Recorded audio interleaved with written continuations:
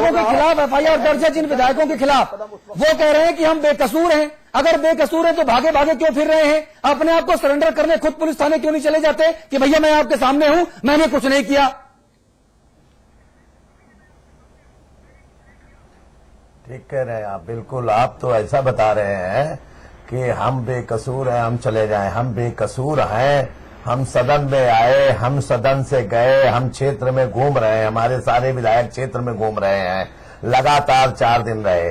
राणा की आज गिरफ्तारी इन्होंने की। जब राणा ने अपनी बात माननीय मुख्यमंत्री, हमारे जो सदन के नेता होते हैं, उनको कहा कि मेरी बात सुन लीजिए, मैं आपको सही अवगत कराना चाहता हूं, आपके पार्टी के लोग आपको सही बात नहीं बताना चाहते हैं। आप सदन के नेता हैं, सुन लीजिए, मैंने कोई भड़काऊ भाषण नहीं दिए हैं। मेरी सीडी देख लीजिए, आप सीडी मंगा लीजिए, आप सरकार में हैं और सीडी मंगा के आप देखिए, जो दोष हो, मैं दोषी होने के लिए तैयार हूं, मैं जेल जाने के तैयार हूं। और जेल के लिए सुरेश राणा कभी डरे नहीं, क्योंकि जो गलत नहीं होता है वो अपनी बात को सही कहता है। लेकिन फिर भी जो उनके साथ घटना हुई, आज चूंकि सुरेश राणा ने माननीय आजम खां की बात कही कि इसमें आजम खान जी का हाथ है, इस तरह से अगर कोई बात कहता है तो कहने के बाद उसकी गिरफ्तारी नहीं होनी चाहिए। हम तो ये देख रहे हैं, समाजवादी पार्टी, अभी आपके सामने मैं देख रहा हूं, समाजवादी पार्टी का नेता जो इसमें है, कांग्रेस के नेता जो इसमें है, बसपा के जो नेता इसमें है, इनको किसी को भी इन्होंने अभी तक गिरफ्तार नहीं किया है। केवल समाजवादी पार्टी, जिसने अभी लगातार आपके समाचारों में लगातार सब जगह ये कहा है कि हम दोषी नहीं है, हम दोषी नहीं है, और उन्होंने अपने दोस्त को सीधे बताया। अभी माननीय आज हुकुम सिंह ने, माननीय हमारे नेता भाजपा हुकुम सिंह ने कहा, परसों कहा था कि वहां पे लोग आए थे, वहां पे लोग कोई पार्टी के नहीं थे, हम जनप्रतिनिधियों को बुलाया था, पुलिस के अधिकारियों ने बुलाया था, वहां पे मैंने कोई 1.5 मिनट का भाषण दिया था, और उसमें हमने जो देखा था, लोग हाथों में लिए थे, लोगों के पास क्या क्या था, उन्होंने सारी बात कही। लेकिन फिर भी माननीय हमारे सदन के नेता ने ये कहा कि नहीं आप झूठ बोल रहे हैं, उसका भी आज ये हो गया। उन्होंने कहा नहीं, झूठ नहीं, वो गलत। गोविंद पंत राजू, ये क्या धीना मुश्ती हो रही है भाई? हम जनता के सामने कहना चाहते हैं, मैं नहीं, जैसे शुरू से इस मामले में ये आरोप लग रहा था कि ये मैच फिक्सिंग का जैसा मामला है। मुझे लगता है कि आज भी जो घटनाक्रम हुआ है वो उसी की एक कड़ी है। जब इस पूरे मामले में समाजवादी पार्टी को ये लगा कि उनके हाथ से बिल्कुल ये पूरा मैच निकल गया है, और वो बहुत जो पूरा दंगा है उसके बाद समाजवादी पार्टी की बहुत किरकिरी हो गई है, तो समाजवादी पार्टी ने जो क्राइसिस मैनेजमेंट किया है, मुझे लगता है आज ये उसी की कड़ी है। जितने भी लोग नामजद हुए हैं उसमें सबसे पहले भाजपा के विधायक की गिरफ्तारी की गई, और उस गिरफ्तारी को, जो एक बहुत सामान्य गिरफ्तारी है, क्योंकि अभी उन पर दंगे भड़काने का आरोप है, जिसमें भी बीजेपी के नेताओं का कहना है कि बहुत वेग एफआईआर है, जिसमें कोई आरोप बहुत साफ साफ नहीं है। एक मंच पर जाकर भाषण देने की बात का आरोप उन पर है। लेकिन जिस तरह का इसको हाइप दिया गया, वो कहीं न कहीं समाजवादी पार्टी को ये सूट करता है। उनके लिए ये बहुत, उनके लिए अपने पक्ष में ये बात जाती है कि वो ये ध्यान लोगों का इस ओर आकृष्ट करें कि ये पूरा दंगा बीजेपी की वजह से हुआ है और बीजेपी के नेताओं की वजह से हुआ है। कल जब ये अखबारों की सुर्खी बनेगी और आज जब ये इलेक्ट्रॉनिक मीडिया की सुर्खी बनी है, तो कहीं न कहीं ऐसा लग रहा है कि जो पूरा दंगा है मुजफ्फरनगर का, वो बीजेपी ने कराया है। और समाजवादी पार्टी को ये बात उनके लिए बहुत फायदेमंद है कि वो ये तय करा दें कि बीजेपी ने कराया, ताकि उनकी तरफ से उनके कंधों पर जो बंदूक रखी गई है वो बंदूक तय करा देंगे। वो जिस तरह से गिरफ्तारी कर रहे हैं, जिस तरह से वो कह रहे हैं, और फिर दंगों पर राजनीति करना ये करते हैं, ये भाजपा का काम नहीं। वहां मैं पूछना चाहती हूँ, जो सज्जन बोल रहे थे अभी, जो इन्होंने कहा है, क्या वहां पर जो महापंचायत हो रही थी, मैं इनसे पूछना चाहती हूँ, किसी बच्ची के, अतुल जी प्लीज, जी आप बोलिए। अतुल जी मुझे समय दीजिए। साध्वी प्राची से बोल रहे थे, वो हमारे स्थानीय संपादक हैं गोविंद पंत राजू। वो कोई राजनेता नहीं है, वो किसी पार्टी से बिलोंग नहीं करते मैडम, वो केवल वो केवल खबरों का सिलसिलेवार विश्लेषण कर रहे हैं, आरोप लगा रहे हैं। भारतीय जनता पार्टी ने दंगे कराए। मैं पूछना चाहती हूँ, क्या किसी वो ये नहीं कह रहे, वो कह रहे सपा ऐसा समझती है और सपा ऐसा प्रोजेक्ट कर रही है। जी हाँ, एक मिनट, मैं जो अपनी बात कह रही हूँ, मेरी बात भी सपा सुनिए। प्रोटेस्ट कर रही है, बात सही है। ये तो गोविंद भाई यही तो कह रहे हैं, लेकिन आप लोग इस भारतीय बयान को जनता गलत पार्टी ने मत कोई दंगा नहीं कराया। समझिए। गोविंद जी राजनीतिक कार्यकर्ता नहीं है भाई, पिछले 25 वर्षों से मैं उनको जानता हूं, वो पत्रकार हैं। और उन्होंने ये कहा, जी। उन्होंने गोविंद भाई ने ये कहा कि समाजवादी पार्टी की सरकार के लिए ये मुफीद है, ये मुनासिब है, ये फायदेमंद है कि वो भाजपा को दंगों का दोषी बताए, और सरकार यही कर रही है। ये मैं गोविंद यही राजू तो का खुद बता का रही बयान हूँ, नहीं है साधवी केवल जी, पापा- आप ध्यान से सुनिए शब्दों को। जी अतुल जी, मैं आपको यही तो बात कर रही हूँ कि कम से कम ये पूरा देश देख रहा है, और देश को पता चले आखिर वहाँ था क्या। दंगे तो हो गए, वहाँ जो हुआ था वो एक बच्ची के साथ छेड़खानी हुई, और एक घटना नहीं, मैं आपको बहुत सारी घटना बताऊंगी। मुजफ्फरनगर के अंदर एक बच्ची के साथ घटना हुई, उससे पहले शामली के अंदर घटना हुई। 3 दिन तक एफआईआर नहीं। हमारे जो नेता है, बड़े वरिष्ठ नेता है बाबू हुकम सिंह जी, उनके साथ में अमानवीय व्यवहार किया गया ना। और मुख्यमंत्री जी जब हज हाउस के बाहर आए थे, तब उन्होंने नमाजी टोपी लगाए हुए कहा था कि ये छोटी सी घटना है। साध्वी जी, ये छोटी सी, उनको सारी घटनाएं छोटी सी लगती है। अरे जब अब ये मुगली टोपी लगा करके जनता के बीच में जाकर के केवल बयानबाजी कर रहे हैं, और इनके बस की कुछ नहीं है। मैं पूछना चाहती हूँ, नीरज भड़ाना, एक बच्ची एमबीबीएस कर रही थी, आखिर क्यों दंगों का राज नहीं खुल रहा? मैं इसलिए आप कह रहे हो कि आक्रोश में है। साध्वी प्राची आक्रोश में नहीं है। साध्वी प्राची देश को सच्चाई बताना चाह रही है, और आक्रोश में क्यों नहीं होगा? क्यों नहीं होंगी? क्योंकि बच्चियों के साथ में गंदे काम हो रहे हैं इस सरकार के अंदर। एक बच्ची, असीम बकार रिस्पॉन्ड कीजिए। मुरादाबाद के अंदर, असीम बकार रिस्पॉन्ड कीजिए। जी मेरी आवाज आ रही है? जी आप बोलिए एमबीबीएस कर रहे थे उसके मतलब मेरी आवाज आ रही है? आप बोलिए असीम भाई बोलिए, हर कोई सुन रहा है आपको। जी देखिए, मैं प्राची जी की बात सुन रहा था। मैं यहाँ पर बिल्कुल खंडन कर रहा हूँ इन लोगों की बात का। मैं आपसे एक सवाल अतुल जी पूछ रहा हूँ, जी।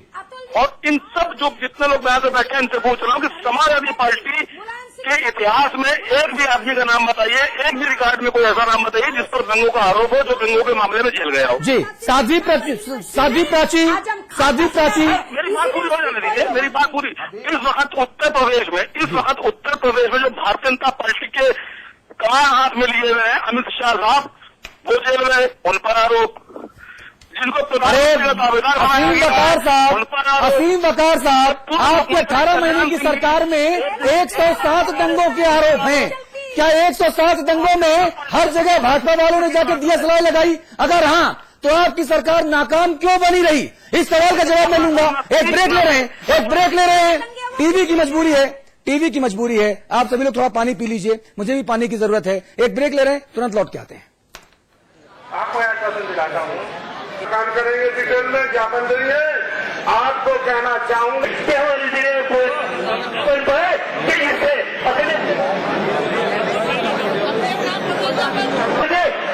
सब की जाएंगे, आपके समाज के बहुत ही गणमान्य लोगों के बीच में खड़ा हो गए हैं।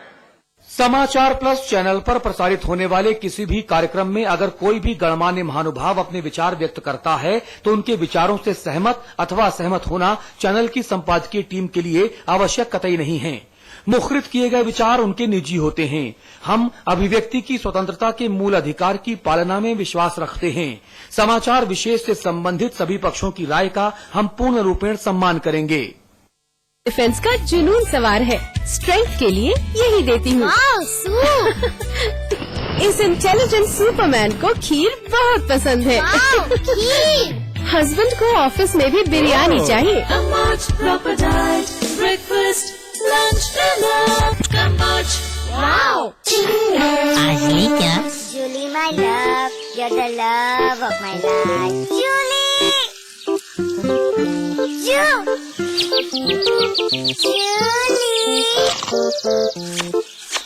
उंगली खुजली ने प्लान बनाया क्विकली और पाइप दबाया क्वाइटली।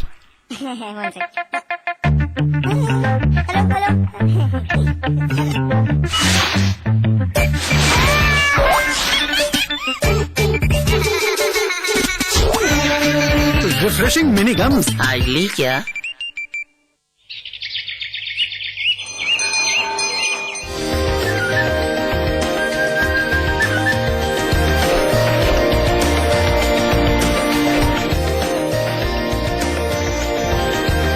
फैंटा का मॉल हरिद्वार, उत्तराखंड का सबसे बड़ा मॉल और मल्टीप्लेक्स निर्माता सुपरटेक।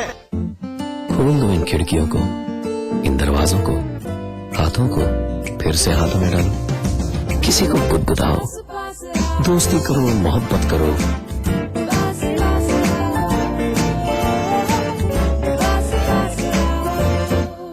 गले मिलो, आंख मिलाओ, किसी को अपना बनाओ, ताया ताई, मौसा मौसी, सबसे प्यार करो, रहो हमेशा पास पास।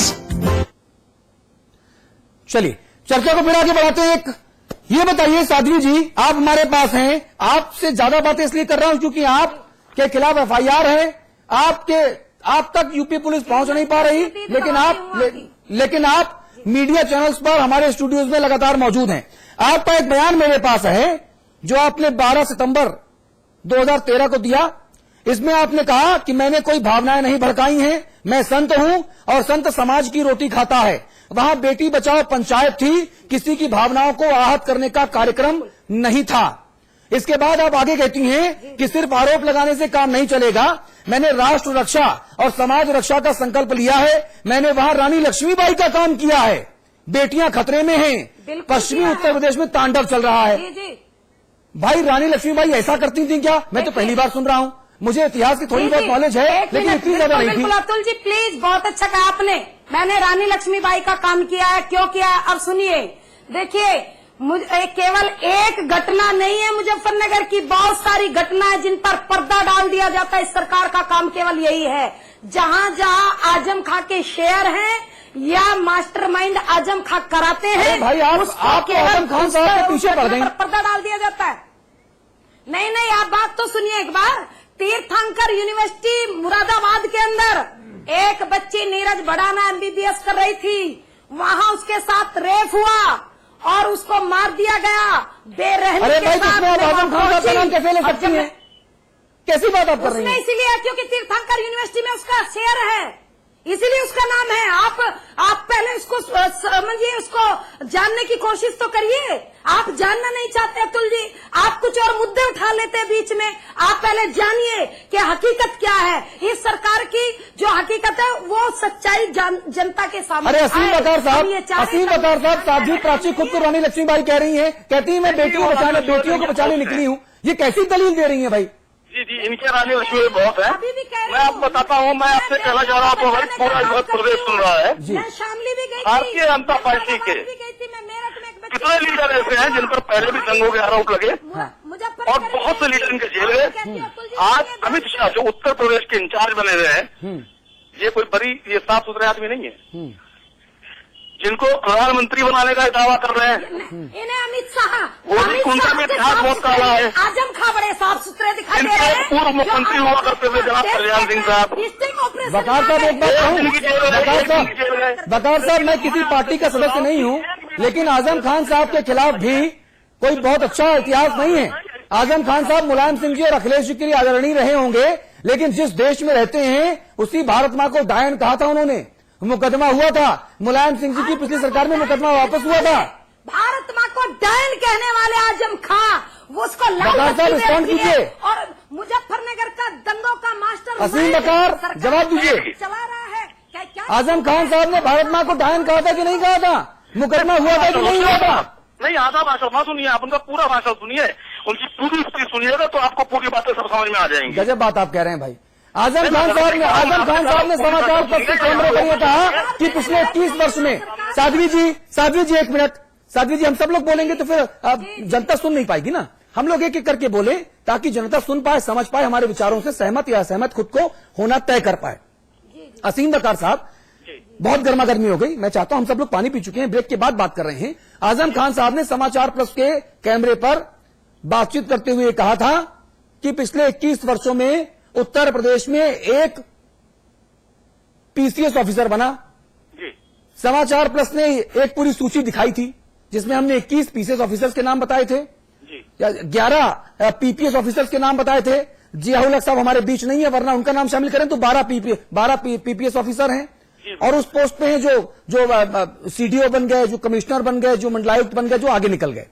सवाल बड़ा ये है कि इस तरह के जब बयान दिए जाते हैं तो क्या ये समुदाय विशेष की भावनाओं को भड़काने के लिए दिए जाते हैं या सरकार पर दबाव बनाने के लिए? क्योंकि मैं ये मानने को तैयार नहीं कि अब मोहम्मद आजम खान साहब के पास जानकारियों का अभाव होता है। इतना बड़ा लाभ लश्कर, इतनी बड़ी सरकार। कभी अतुल भाई ऐसा होता है कि आदमी कहना कुछ चाहता है और जबान से कुछ निकल जाता है ना। आजम खान साहब असीम बकार नहीं है, असीम बकार आजम खान साहब असीम बकार